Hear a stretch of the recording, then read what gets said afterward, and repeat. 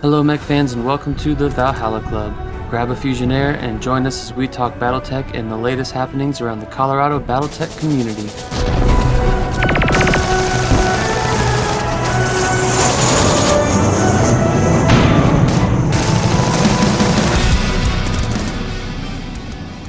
For our listeners, today we have Jack with us here, and he is the either official or unofficial Colorado Battletech champion, seeing as he's won the past three statewide tournaments. And Jack, if you would, why don't you just introduce yourself, tell everyone how long you've been in Colorado, and what introduced you to Battletech, and how long you've been playing. Yes, so I'm Jack, and I've been in Colorado since, gosh, it's been almost 20 years now. Went to school in Boulder, and came to work in Colorado Springs, and been here ever since. Battletech. Battletech-wise, the universe has been with me for quite some time. I keep telling this story because it's actually kind of cool, because the very first English language book I was ever able to read was the instruction manual for MechWarrior 2, the PC game, back in whatever year it was when CD-ROMs were still a thing. Wow, man. That's crazy. So, and for the listeners' benefit, Jack immigrated to the U.S. From Thailand. Thailand. Is that right? Yes, that's right. That's a while ago, 1997-ish, sometime there about then or so. Nice and tender age of 14 years old. So yeah, I've been kind of on and off, touching but not really diving into BattleTechs for some time.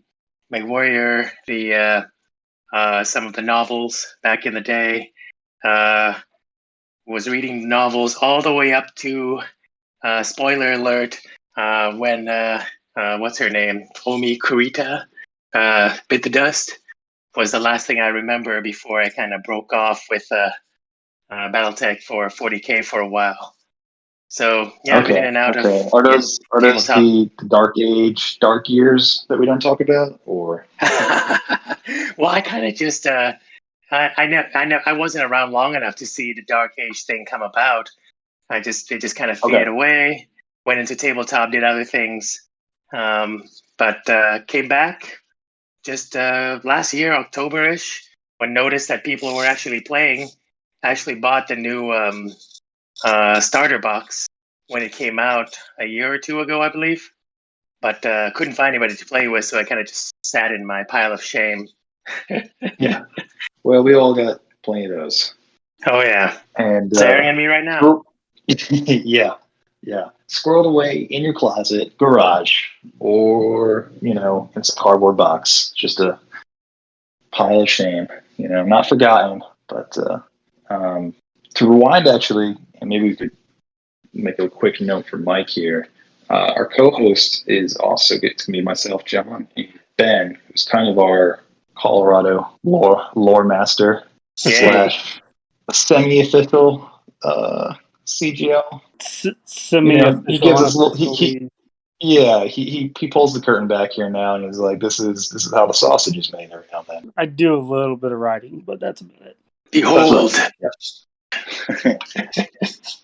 Well, obviously we're having you on because you keep, kicking our asses, and we're just trying to figure out how to stop you. And, yes. Anything we can get to help us, will be good. That's what I'm trying to do. Get people to kick my ass. That's kind of that's my overarching goal. I want that to happen. And you got a hint of Jack's favorite faction when he was talking about visions.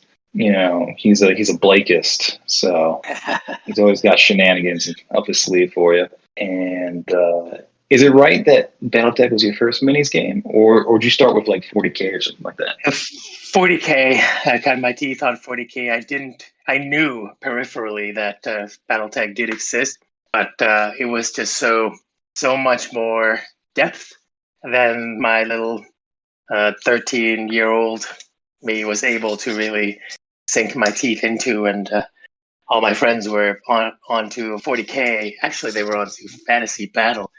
I just wasn't much into fantasy. I was more of a Fantasy sci-fi Battle, guy. rest in peace. I know. Couldn't believe it. But I guess they had to say goodbye at some point. Yeah, yeah. And Ben, actually, that's a question for you too. Do you dabble in the GW stuff, or are you just a BattleTech guy? I've always been a BattleTech guy, man. I got into it in high school, late '80s, and it was just one of those things. Like I tried a few other games prior to that, and once I got into that, it was like, this is it. This is all I got, And I've never Okay. strayed. Taking breaks, never Okay. strayed. Yeah, you're a purist. It's awesome, man. So you come from the Total Warfare background, and I then do. Jack, my understanding is you're strictly an Alpha Strike player. Is that right? Yeah, I think Mike showed me Classic one time, and I can see why there would be a draw there. You really feel the punch for PVC lands, and it's right there. It's eating up this bit of armor. It's very punchy, but I just can't bring myself to devote a sufficient amount of time to play one of those games.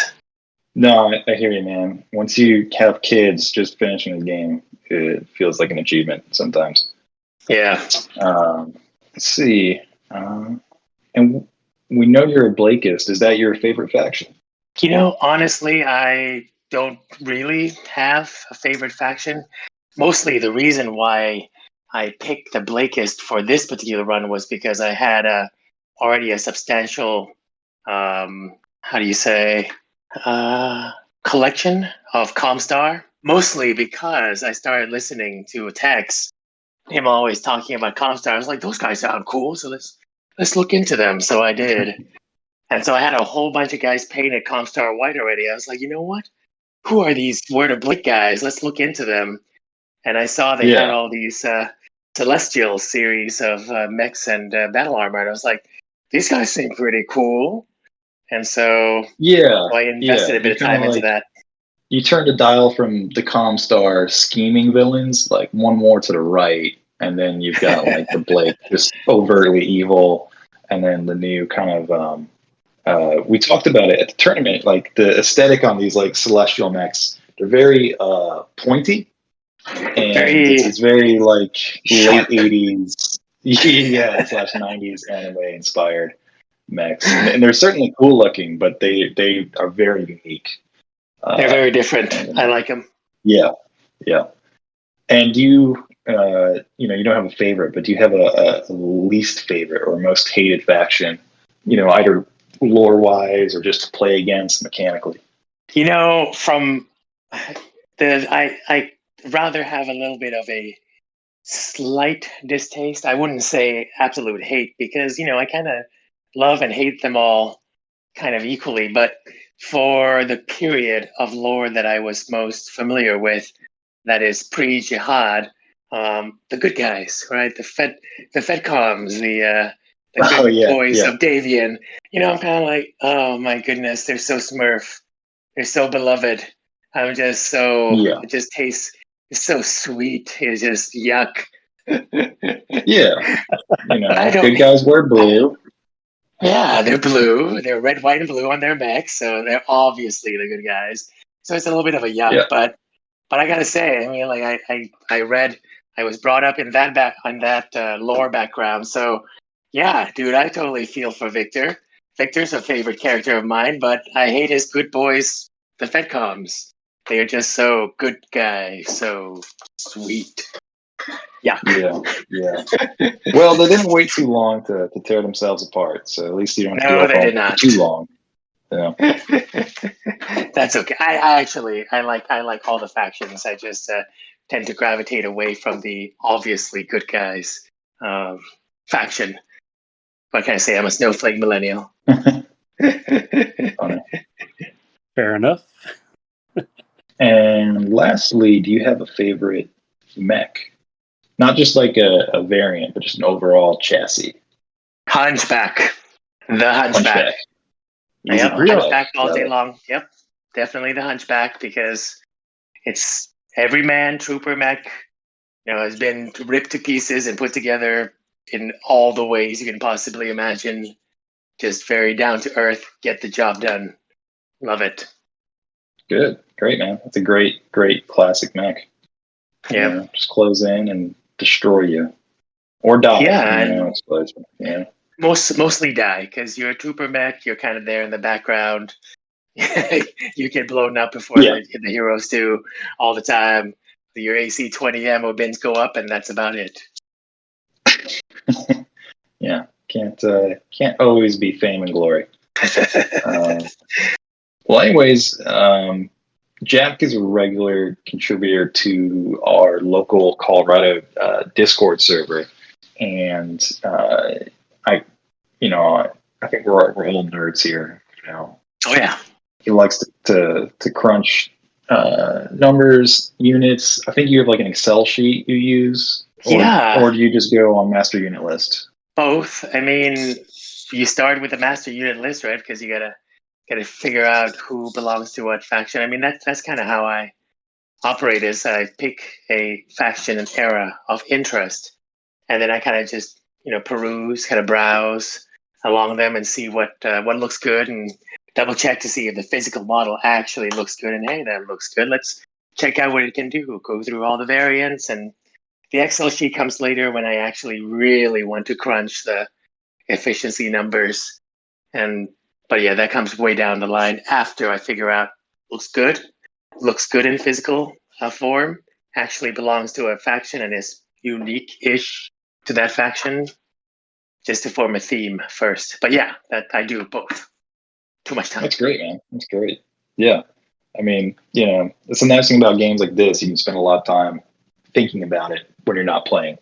And that's probably for the best because, I mean, how much time do we spend not playing the game versus actually playing it? I know. It's sad. Wish there were more playing, less planning. Yeah. Yeah. I mean, Jack, you also run intra events down in the spring. So you are growing the community. And I haven't been to one of your events personally, but I've heard good things about it. So how do you like doing that? When did you start running demos? Did you run demos for like games before? What's been your experience with that? I actually, at one point in time, about a decade ago, I think, I swore off pushing a game system. I was demoing. I wasn't demoing. I was actually starting a group playing AT-43 quite a while back there. Just a couple of guys, and I was trying to push so that it would gain adoption. And that failed spectacularly. I swore to myself, never again. I'm never going to jump into a game that's not well established. I'm never going to push a game again. And here I am running demos more than once a month, trying to get people to buy into these gigantic, stumpy, 1-inch tall robots. So yeah, gigantic. That's a gigantic inch. So, I know. Well, I mean, these demo games here, I feel crucial because after I was into 40K, I did War Machine for quite some time, and from having been in that community and witnessing its spectacular demise, it's clear that a community only survives as long as it can gain new members faster, or at least as fast as it loses people transitioning out. So for a community to actually function, we need new blood. We need new people to become excited, to start learning about this. We point them to Tex and have him evangelize them, and then they're hooked. And then we give them more. The brightest words.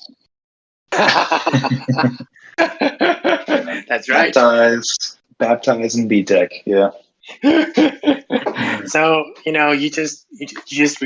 do it really fast. Alpha Strike actually is uniquely well suited for doing this particular type of baiting people into the BattleTech universe, because now that I've done it a couple of times, I find it is eminently possible to get all the way from beginning, first explanation of how the system works, all the way to game conclusion within about 3 hours. So you can bring somebody who's never played the game before, have nothing on them, use all of my own equipment to teach, and get all the way to game conclusion within about 3 hours. So it's very very well adapted to teaching the game. Hey, I'm gonna go off script for a second, John. Jack, have you ever thought about becoming a Catalyst demo agent? I have in the past for other game systems been asked that question, and the answer is yes, but I'm doing like 3 jobs right now. So my Understandable. level of my level of reliability is low. I mean, That's what I fair. would love to do is I would love to get back into playing D&D.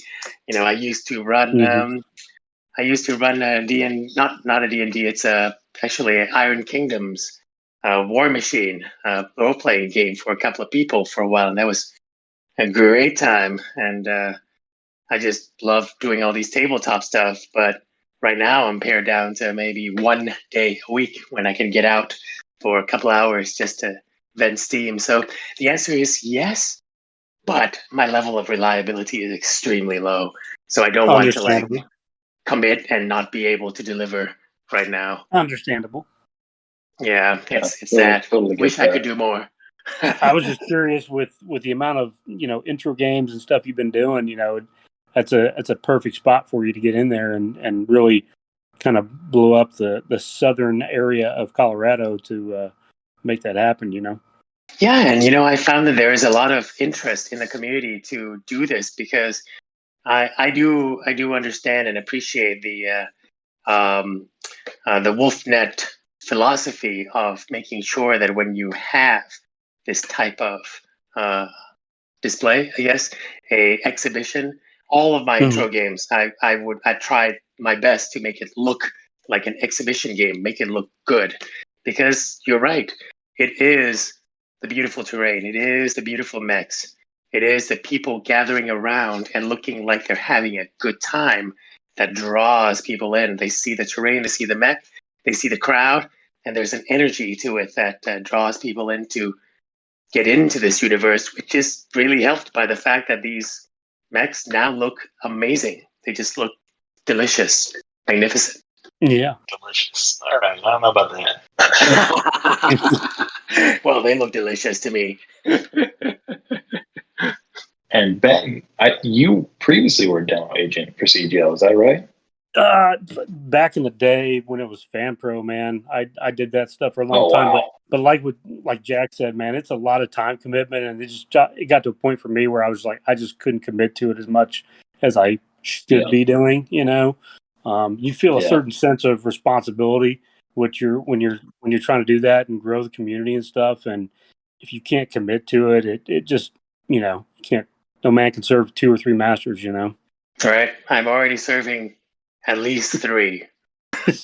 Yeah, right. Where Say kids are wife, involved, yeah, child, each one of them is in charge of children. you. Yeah. So yeah, I do think that actually doing these demo games are a critical component to maintaining a healthy community, so that I can actually get to play games. If nobody plays a game, I can't play games. So if I want to play games, I gotta make sure that people know how to play the game. So let's teach them, and they'll be wanting more once they're in, because it is Alpha Strike is pretty good game. It's a reasonably good game. Yeah, yeah. I mean, it's got a nice balance of fun, and it's not super complex. You can. Precisely. That's what's great about the WolfNet tournament system. You can crank out a game to completion to like crank out to completion. That's a bad one. You can you can play a game to a satisfactory like outcome where everyone knows like, yeah, I won this, or man, oh man, I got smoked, I lost, and you can do that in 80 minutes, and that's awesome. Less. You can probably conclude within an hour if you're just reaching a determinable victor. Less than an hour. Yeah, yeah, yeah. You're right about that. Yeah, you can see the writing on the wall. And for listeners, Jack is in the Springs, in the South metropolitan area of Colorado, and we have about somewhere between almost 24 or more players down there Yeah, I would say. between Total Warfare and Alpha Strike. Yeah, I would. That would be a good guesstimate. It's really difficult to put a true number on it because it's really hard to see who's actually fully active at any one time. But I would say that in any one week, you can see at least 3 or 4 games being active for sure that I know of in any one week. Yeah. So it's not Yeah. as regimented as in Denver, but it's very freeform and people kind of just do what they want, which is one of the strengths of this system. Yeah. Yeah. Strength and weakness. Sometimes you feel like you're herding cats. It's like, I want a tournament to fire. Yes. And then up here in Denver, I think we probably have in total, at least another 24 players. But the core group that goes to Hobbytown Westminster on Fridays, it's going to be about a dozen. Which is a good turnout. That's a good turnout. Yeah. But obviously we're looking to grow here too. And then Ben, you're up north in Greeley, is that right? Yeah, I'm up in Greeley, close by Fort Collins. We've got. And what's the player population like up there? I'd say probably 10 to 12. Pretty good. What I've played with and what I've a lot of us come down to Denver on Friday nights. So it's I think all told probably 10 to 12 in the area between Fort Collins, Loveland, Greeley, and Longmont. And obviously I have my own vision, but Jack, what are your kind of ambitions for the Colorado Battletech community as a whole, and also specifically competitively? First order of business is survival. I think that we are not so far removed from extinction that we can take for granted survival, because my understanding is correct. Battletech was basically extinct about 4 years ago, 4 or 5 years ago. It was done before all these Kickstarter mechs came along. I did not know of anyone who played Battletech. So I feel like taking for granted survival is not warranted at this time.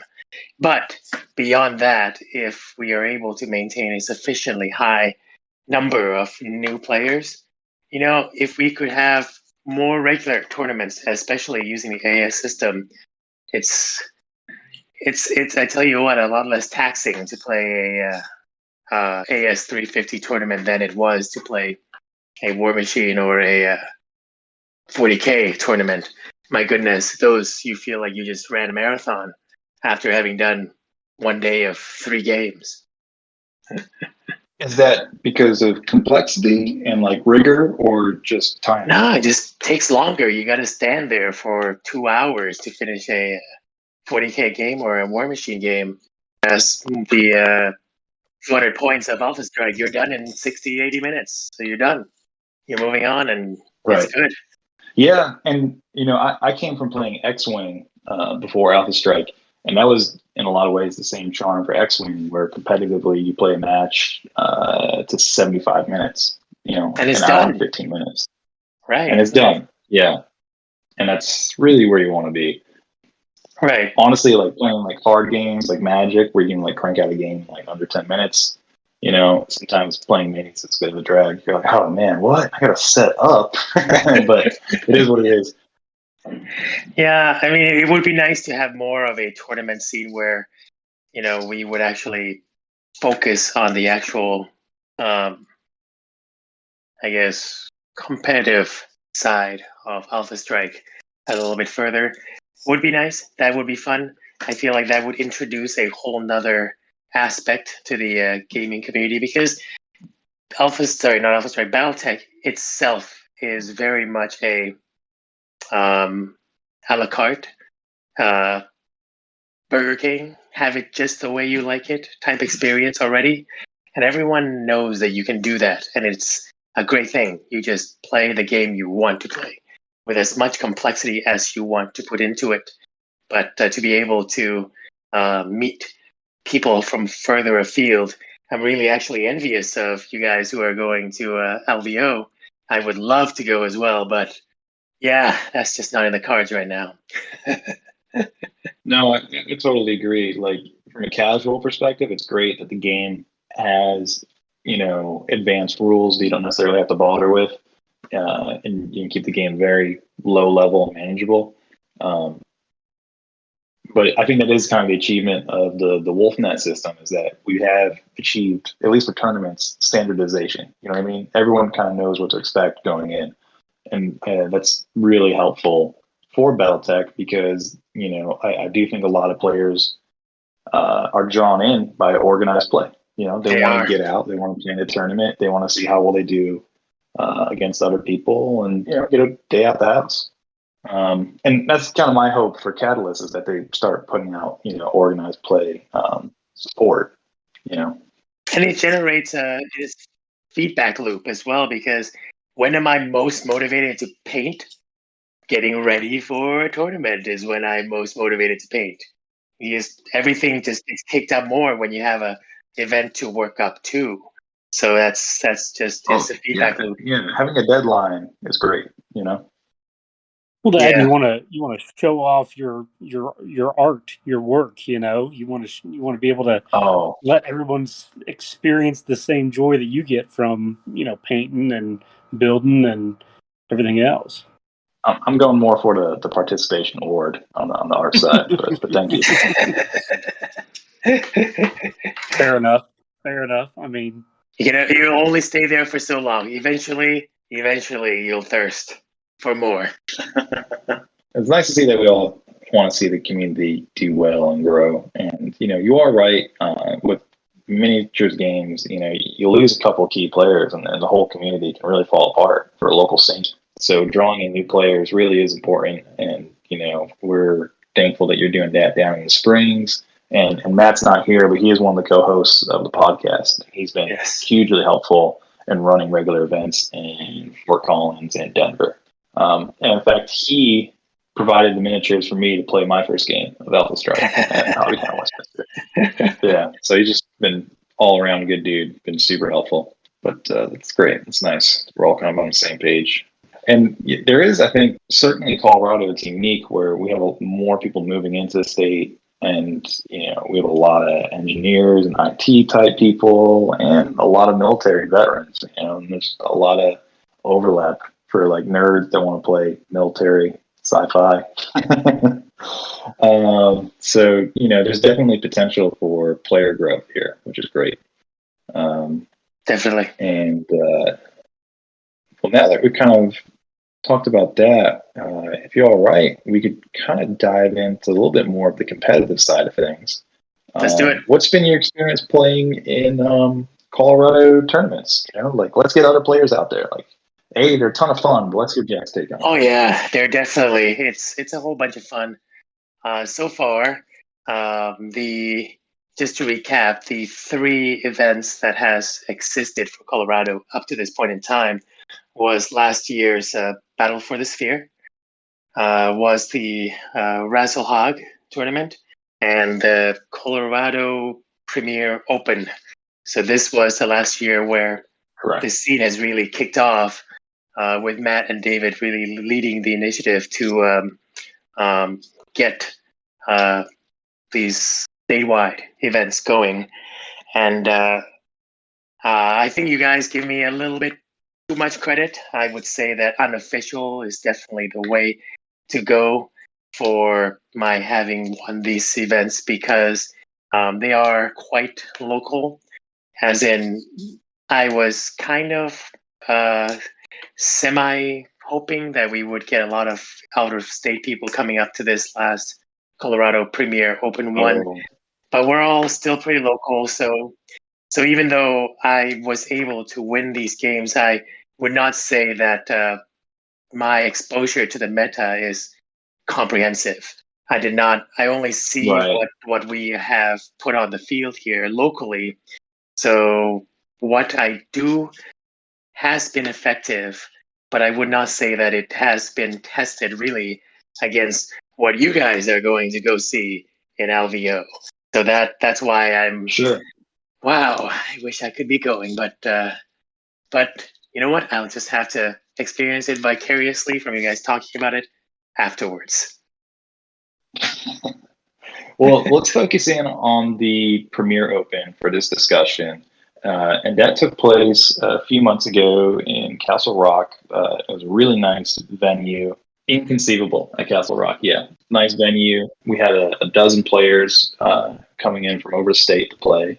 We did 4 rounds Swiss. Jack, you were the only one to go undefeated. Ben and I were in that 3-1 category. I forget how Mike did. We talked about this, I think, in the first episode. But what was your approach to preparing for the tournament in terms of like what list you brought, and in terms of evaluating like the local Colorado meta? Like what were your answer pieces? What were you expecting to see, and what were your answer pieces for that? So basically, when I prepared that list, my idea was this list was going to ask the question of the C3 network. The question that the list brought was, okay, so I've got the C3I network, which means I have no master unit to be sniped out, which means that everything that's sitting way back at long range is going to be shooting at short range. That's the question. Right. I was expecting, because now that we have shifted to an open era period, that ECMs would be more prevalent. I was expecting to see more ECMs on the field. I kind of teasered a couple of months in advance the how do you say, demonic battle armor, which is unique to the Word of Blake. I figured I'd given the game away at that point, and I'd see a lot of ECMs on the field. I was expecting to see some. I brought some of my own as the answer to those ECMs to play in the ECCM game, but it turned out that I guess I lucked out. I would have to say that I definitely lucked out that I did not face any ECM on the field on that day. So it was just like, well, I guess my LRM carriers is going to just sit back here and just shoot things because nobody brought any ECMs. It was slightly surprising. It's funny. I remember you teasing that, Jack, and I was like, ooh, I need to make sure I got some ECM on my list. And I put ECM on my list just because of that photo you shared. And I was like, let me double check this. And then we never got to play each other. Nope. I was like, dang, how am I seeing any ECMs today at all whatsoever? But I would have to say that just my matchups were luck was in my favor for those matchups. It was lucky. We'll leave it at that. We actually ended up playing in the last round. I would say it was the finals. That's right. Yeah. We ended up playing the last round. It was my clan Jade Falcon and your Blakis, and I took no ECM. Because why would I? How does that give me honor? And it didn't work out for me, but that's all right. In that game, actually, I think you give yourself too little of a credit, because afterwards I did my own debriefing on the game, and had the game been a slugfest and gone on for a few more turns, it would have been a tabling. I would not have been able to continue, because by that point, by the time we finished, you had lost nothing. I had not killed anything of yours, and I've lost almost half of my forces already. So I think you give yourself too little credit for that game. I was losing pieces rapidly, just not in the middle. That's right. Yeah. Well, triple strength Myanmar and jump strong is scary on an assault mech. And, my Jade Falcon, we're happy to just kind of kite you and lose.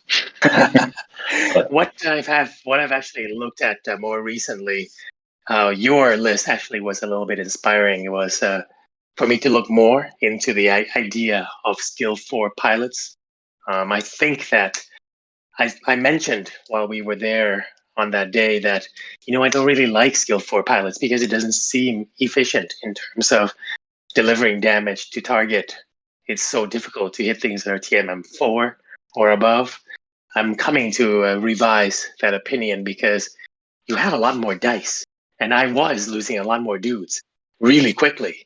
So I think that there is something to be said for having more dice to roll, even though they're not that good. Just roll more dice. Eventually something will stick. Will happen, yeah. Especially because the game rewards you for rolling boxcars. And Yeah. the criticals and alpha strike can be brutal. Oh yeah. As good as jump strong is, if you happen to get hit with your targeting computer and now you're getting -4 to hit, you're not going to hit the broadside of a barn. That's it. Precisely. I feel like jump strong is a yes, it can make your mech extremely durable. However, you're not really shooting back. Like I was needing nines to hit it short, which was just not is not tenable. You're not going to hit anything. It's not going to work out. Yeah. Yeah. No, I hear you. I love being squirrely. I love jumping mechs. I run a Viper and a Grendel, which are both fast jumping, basically just, elemental carriers. And I love them so much, but, you do have to roll a lot of dice and hope something sticks. So, Yeah, and I see this. I see this. I guess it's not really a pattern when the number of data points that I see is not that high, but it seems that what you really need to do in order to cope with the requirements of Alpha Strike 350 is to have a very solid mix of things that are going to stay back and fight from the line and things that are going to rush forward with infantry or without infantry and engage enemies at backstabbing point blank range. Some of your list needs to be able to do it. Can't just sit back and shoot. yeah, totally. And you need to know that you're going to get shot. And you have to choose, ideally, and under ideal circumstances, what parts of my list are getting shot when, Yes. because, as soon as you get focused down, you're down in activation, you're down firepower. It's a lot harder to come back. And that was one of the things that I think we had this discussion on Discord. I don't recall if it's on the Wolfnet Discord or on the Colorado one, but the discussion was with regards to indirect fire and long LRM carriers in more specifically, and really your mentioning now of which models to get targeted is at the very core of that particular discussion, which is you're paying basically all for guns on these LRM carriers. Almost all the points that you're devoting into that is guns. And you need to figure out a way so that these LRM carriers don't get shot. Because they're not there to get shot, they're there to shoot. You got to figure out some way to put something more juicy to be shot at to attract the fire, or something so threatening, so flashy that they will get focused down in front instead of the LRM carriers, Right. or put them out of sight, which is exactly what they're designed to do. Those are the kinds of things that I think about when I list draw, which is, what is this unit's job? Like, are you actually going to be shooting?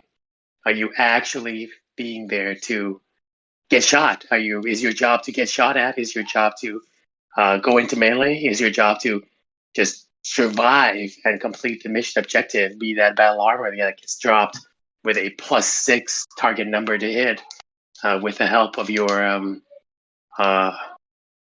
VTOL?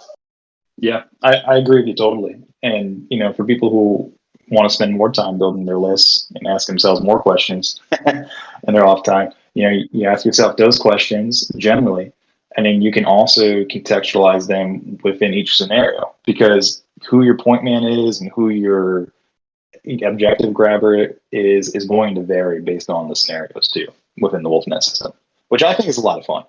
I'm really impressed by the Wolfnet's how do you say scenario selection. Those, obviously there's been a lot of thought put into their creation, but it really does. I'm impressed by how diverse they are in enforcing different tactics to adapt to the requirements. Because hell, one of the new ones, I don't remember what it's called, where you actually have to just stand on a quarter size circle and just sit there and just eat it in the face. What is it? Does that hold the line, or It could be hold the line, but basically there are these like 1 inch circles that Yeah, I don't Yeah. care what your TMM is because you're going to stand here and you're going to stand still because you can't show any of this quarter size template at all or they can step on it. So you got to actually just stand there. And that is a significantly different requirement than, say, go blow up that bunker. So it's good. To elaborate for listeners, what Jack is talking about is that in that particular scenario, as the defender, you cannot contest an objective. So if any part of an enemy mech is on it, they claim it. So you have to completely cover it with your own base to preclude any possibility of them destroying one of your markers.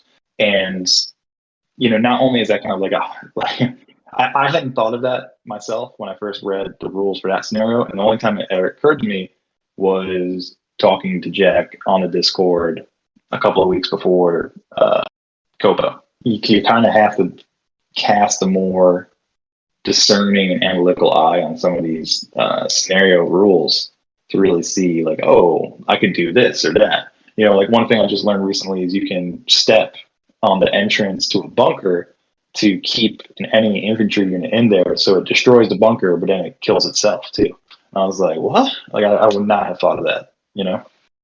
Yep, you can have this bunker, but your life is forfeit. Yeah. And that's what Jack's 1-point flatbed truck is there for. It's just That's vehicular manslaughter. Yeah. Just screaming elementals behind the double doors, just blocked by a truck. That's right. I mean, and I a lot of the units that I bring are multi role. Like those flatbread trucks. The flatbed trucks. If I really need them to, they can just spot for the LRN carriers.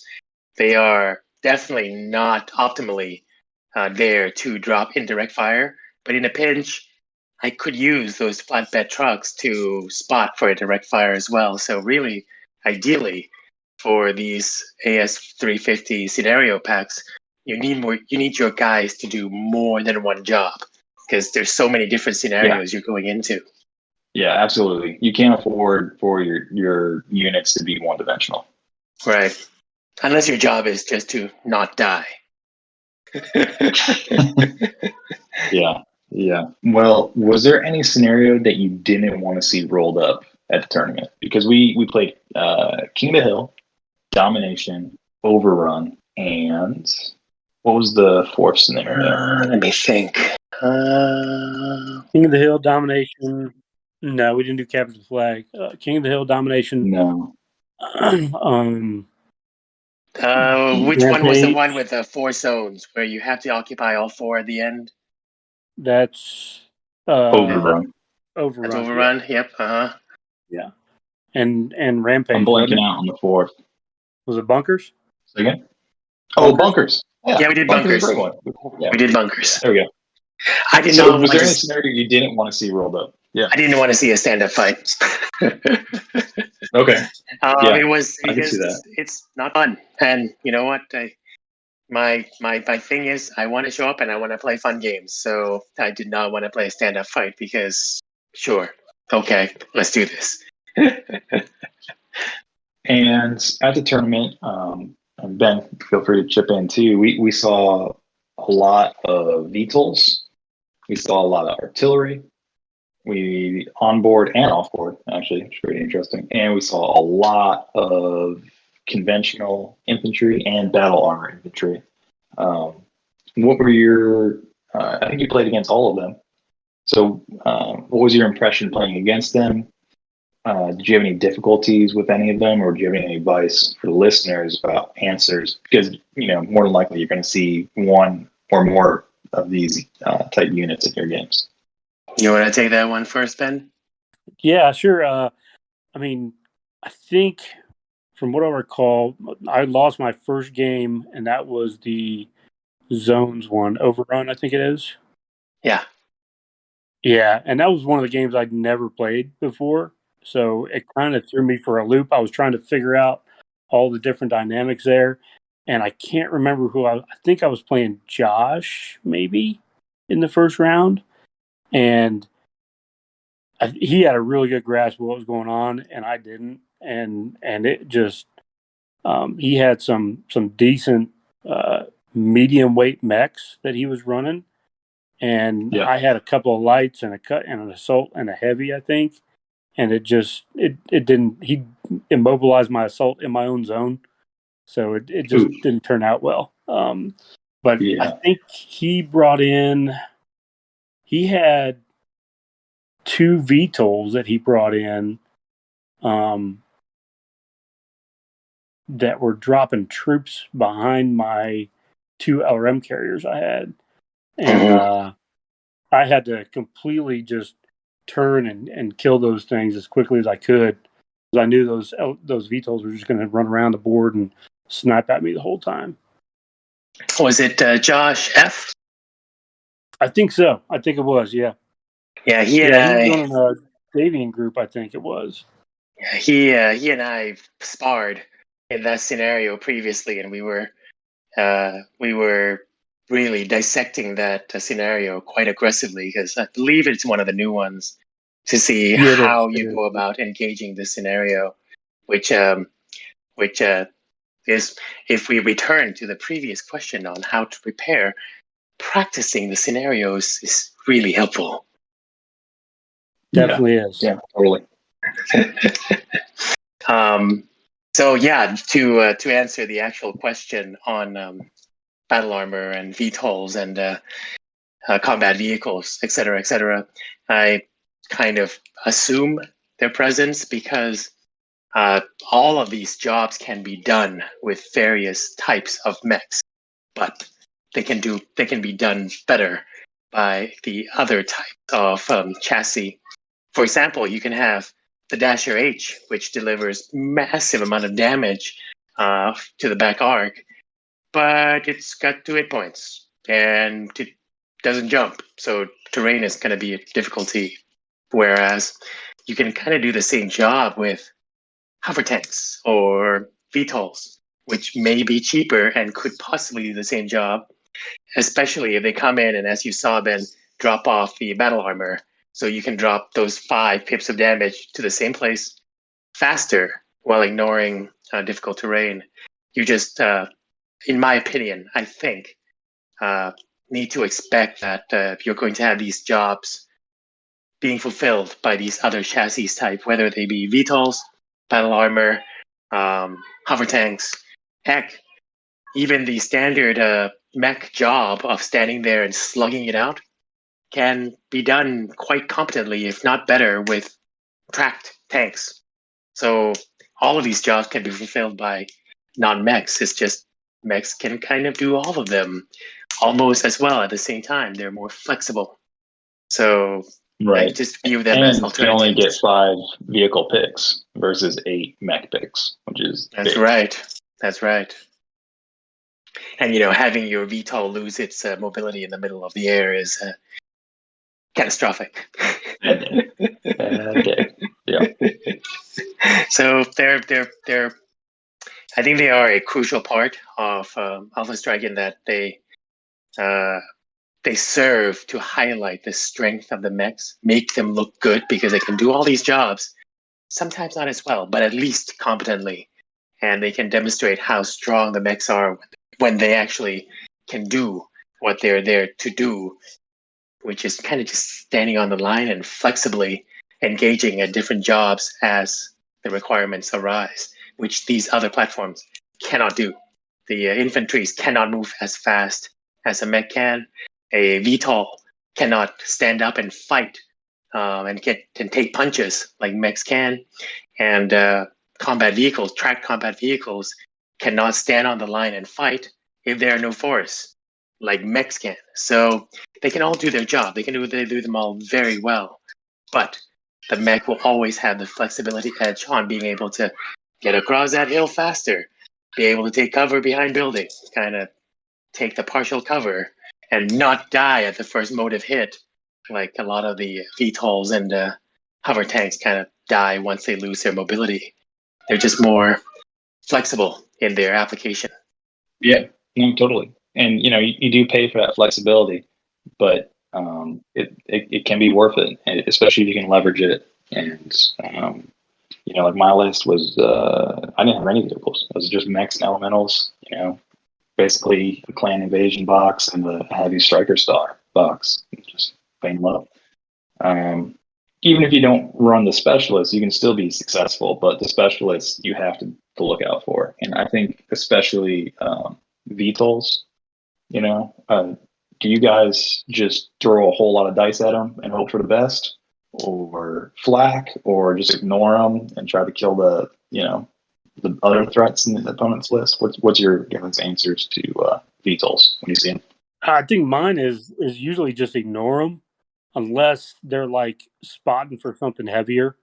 Then I'll try and take out. I think when I was at Battle Barn, somebody was rolling a sprint scout VTOL, and he was spotting for it was either a Just 2 or a Mars, something that was throwing like 8 or 9 dice, indirect fire behind the hill. And I was like, I know how this plays out, man.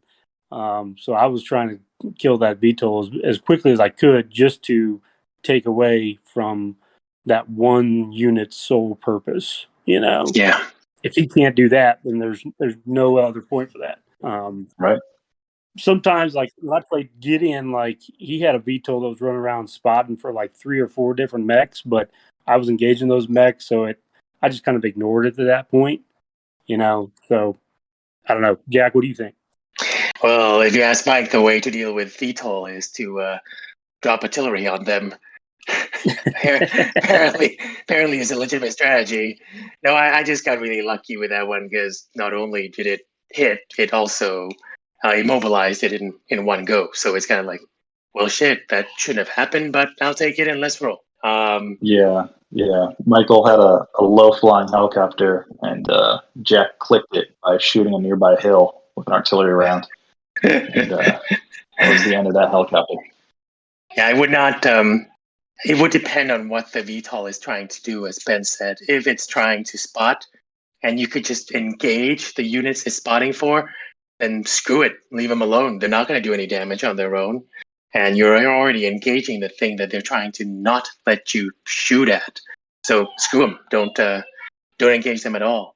But if they are coming in to deploy, say, objective scoring battle armor to the bunkers, then absolutely you have to engage it before they can complete their mission. Because once they deploy those battle armor, it will be extremely difficult to stop them at that point. So just drown them in dice. That's the only thing you can do. You can try to do flak, but the number of things that actually carry enough flak to be meaningful is limited. There's not a lot of flak out there. So you have to kill them. The only way is just drown them in dice. Or ignore them. Yeah, I took 2 units with flak, and I felt like it wasn't sufficient in answering VTOLs. I played against VTOLs in 3 of my 4 matches. In my first game, Rick used it to spot for artillery, and that destroyed my dasher. I was like, oh, that's how artillery works. Yes. And then my second or third game was against David playing bunkers, and he had 2 helicopters. And one of them, I got like really lucky. I had 11 or 12 that went into an immobilization. So that like took one out almost immediately. And then in my game against you, Jack, you took a sprint, I believe, with C3I. Yeah. And that, in my opinion, like had to go. And I dedicated a Loki to putting 6 dice into it in the butt at short range, and I assumed that would do it. And I only connected with 1 damage, and then I rolled really low, and I ended up not immobilizing it. And I actually think that was one of the turning points in our game, that I then had to dedicate the Loki another round of engaging that helicopter instead of being productive on the hill. Yeah, instead of forcing me to bring up a different unit to spot for the C3I system, that sprint was able to continue to spot for 1 more round is as you have deduced. I agree, is a big turning point, because having the ability to engage at long range, but with only short range modifiers is is huge. It's a huge delta, as it were, to be able to continue to do that for one more round without additional resources to do it. I mean, shooting on flat odds is huge in a 2d6 system. So yeah, but I tell you what, though, goes. when you're taking fire as a VTOL, you kind of it's a little bit of a the how do you say, it induces some amount of puckering to happen because holy shit, any one of these damage could take you out right away. No matter how much health you have left, you can lose your mobility, and that's it because you're at +2 on that motive table. So it's really dicey. And then another thing that we saw a lot of in Colorado was artillery. I didn't run any artillery. I think, Jack, you had off-board artillery. We saw two of my opponents had on-board artillery. One of them was able to destroy my fire moth, and that slowed my offensive down a lot. And then the other opponent, David, couldn't, and then he just had a fire moth H in his backfield going crazy. And I don't think I tabled David, but I think he had 1 or 2 units left at the end of the game. So artillery is I think almost required specifically to engage the Dasher plus battle armor combination, because that's a really strong combination. It's high mobility and extremely high damage to be delivered just all in one go. So if you can nip that right in the bud with an artillery strike, then that so much the better. And I think that having those off-board artillery is as an alternative to dedicating actual artillery system on the board with its spotting support, with having to find a spot for it to hide. That's just a lot of quality of life benefit. But yeah, they are important because of the Dasher problem for sure. The Dasher problem. The Dasher problem. Yeah. Ben, did you go against any Dashers? And did you take any artillery? I did not bring any artillery, and I can't recall if I went up against any Dashers. I don't think I did. Not at the Open, you know. Okay. I played a guy, and the only time I've seen somebody brought artillery against me was an off-board artillery piece, and it was my first time and only time I've faced artillery, and I completely forgot he even had it. And I bunched up all my units behind a hill because I was ready to rush out. And he launched it and barely missed and caught tagged one of my back with 1 point of damage. And I was like, okay, I'll remember that for next time. Don't bunch up. Yeah, don't bunch up. Off-board artillery hits on, is it 9s or 8s? I think it's 8s for the big one. 7s for the small ones for the time being.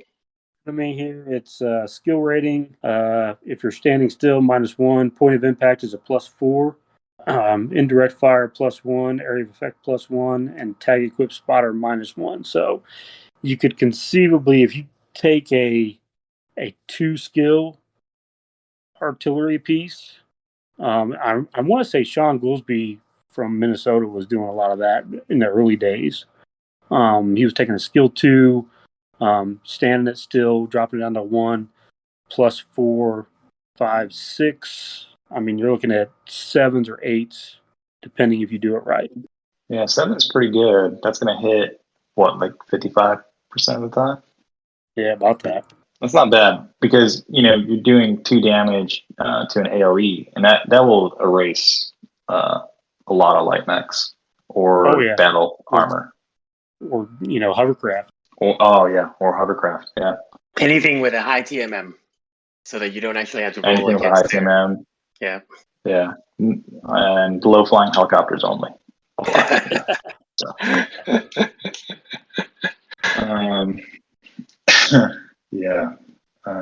And then I think that was it. I didn't play against anyone else running a fire moth. I used mine, and this is actually a good segue into the skill conversation because I actually run my fire moth H at skill 5. So a fire moth H gets 5 dice at short range and short range only. It normally runs you in at 25 points, and if you dump the skill down to 5, you get a 3-point discount. I can And understand the rationale on that. You run it in someone's back arc, you're rolling 6 dice, and, against Inner Sphere, you can assume Team M's going to be like 2 or 1. So you're needing 7s to hit. So you're doing 3 or 4 damage pretty consistently. And then against Clan, it's a lot rougher because Team M probably goes up to like 3. Yeah, they're going to start at 2. And yeah. So you're a lot less likely to hit a Clan opponent. But, you just roll dice. Now, I Jack, understand the analysis. It makes sense. I just like quality of life to actually connect. Quality of life, not quality of life, just the good feel of the dice when you need not that high to hit. Just feels nicer. Yeah. Living on 10s is a weird life, but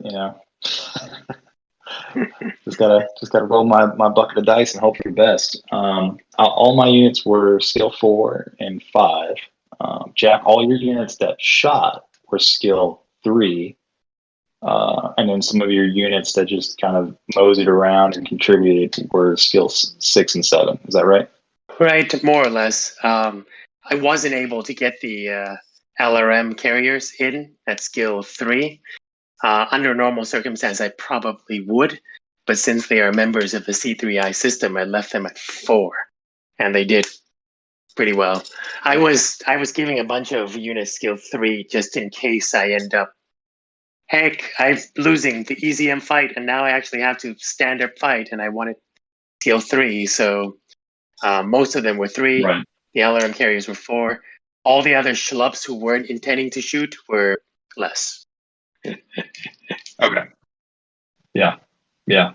And for context, the units Jack took that were his mechs, you only had 4 mechs in your list, I think. And I think they all maxed out at like 3 dice and like an overheat value of like 1 or 2.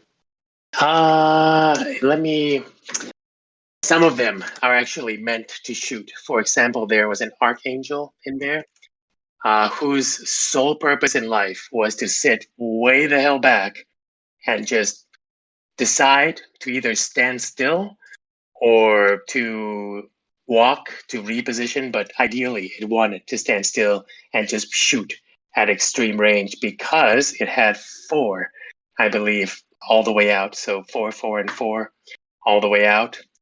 Let's see, a lot of the heavy lifting for shooting were being done by the LRM carriers. They each have 5 pips a piece at long, so they were really hoping to stay way the hell back and just rain fire at quote unquote short range.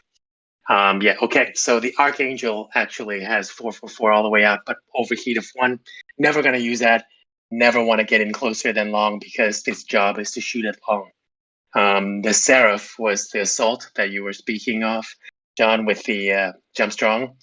He had 3 at medium and overheat 2. His job was not to shoot at all. Like he was just going to be jumping around, eventually stabbing somebody with a sword. Maybe, probably not, just being scary and just not dying.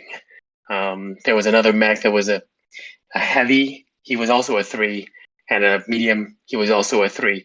Most of the damage was being done by the LRM carriers and the battle armor that's trying to get in short, and they were 4 damage at short range with 1. Right.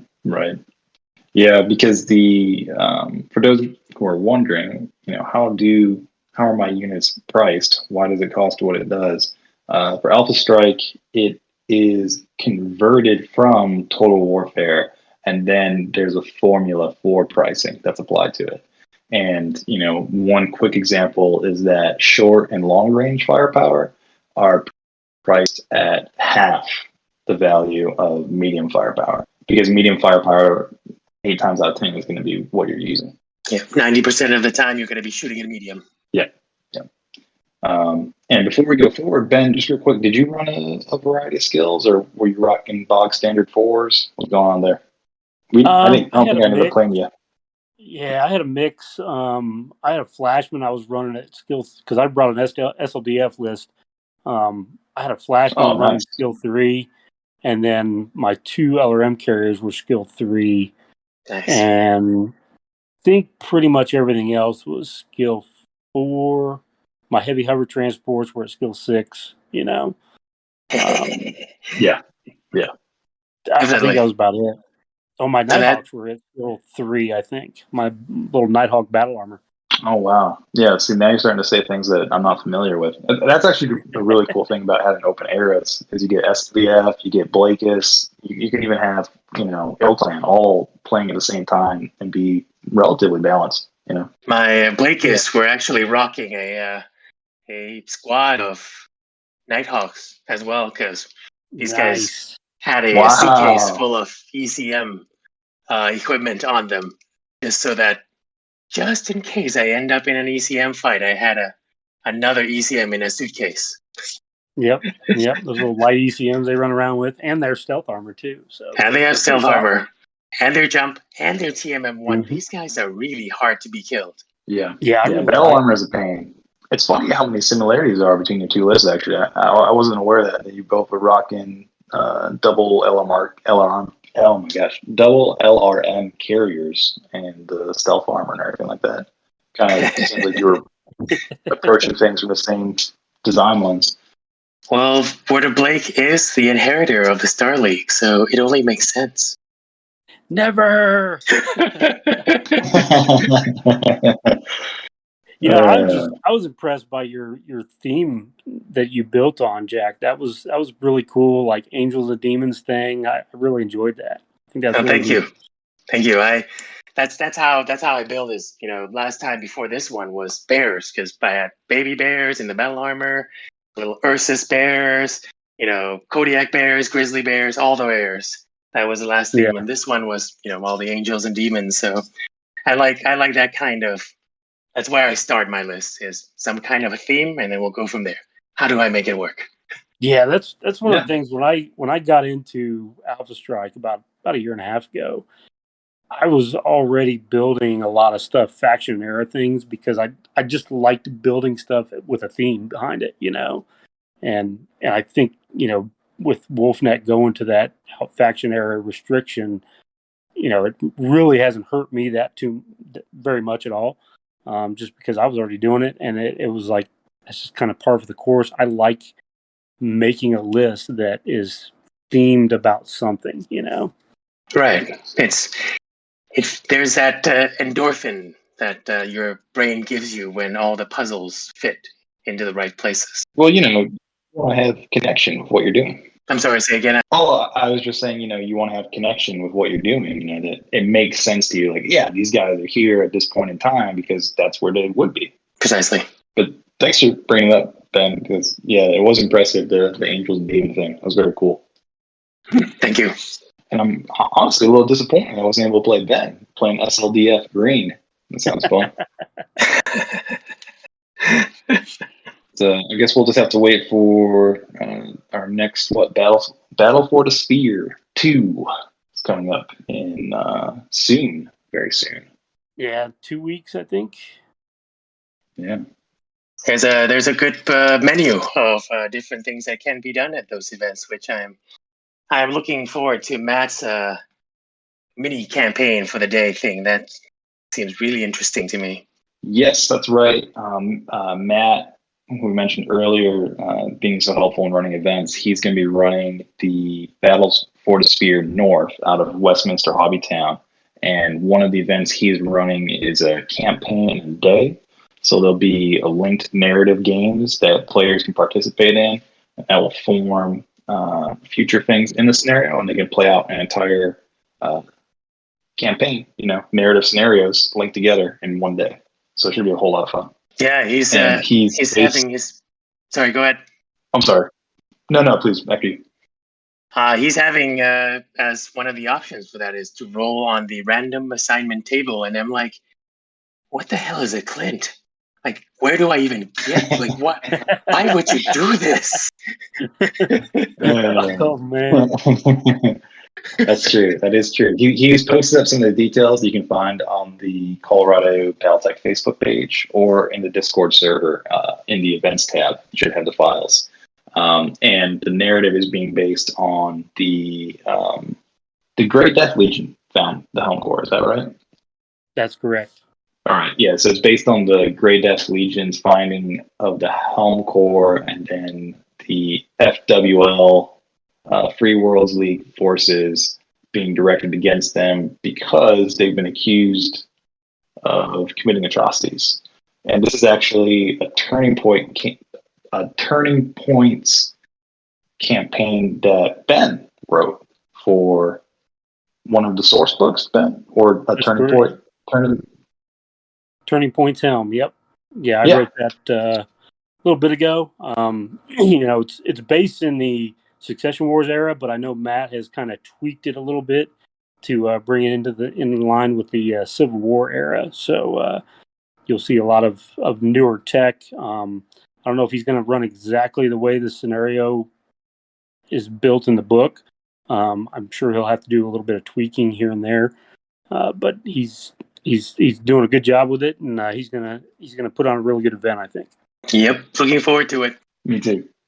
Well, while we're talking about events, we're kind of wrapping up here, Jack. Could you tell people where you run your intro events, when they could go to them, and what they can expect there? Well, I run these intro events about once a month with about a 2 week of lead time. Usually publish their location and timing on our Discord and on our Facebook group, and up to recently on Everything Battletech Facebook group, but that doesn't exist anymore. So right now it's mostly on our Discord. Which shall not be named. Yeah, I also publish on the various locations Discord / Facebook group that I intend to do this at, and it is usually either at Gamers Haven in Colorado Springs, at Petrie's Family Games in Colorado Springs, or at Inconceivable Toys and Games in Monument, not the Castle Rock one, the Monument. And I like to rotate just so that I allow each shop to benefit from our growing community. That's great, Jack. Thank you for your efforts, and we just want to say thanks for your time tonight and coming on and answering our questions. It's been a lot of fun having this conversation. Absolutely. No problems. It's good times. Good times. All right. Well, hope you guys were able to get to know one of your Colorado locals better, and thanks for tuning in. Thanks for joining us today in the Valhalla Club. If you are in Colorado, you can find us on Facebook and Discord at Colorado Battletech. If you are able to help support the local Colorado Battletech community, subscribe to us on Patreon at Colorado Battletech. This Patreon account is used to provide prize support for our local events and assist in venue costs. Links to the Facebook group, Discord, and Patreon are in the show notes. Until next time, mech fans.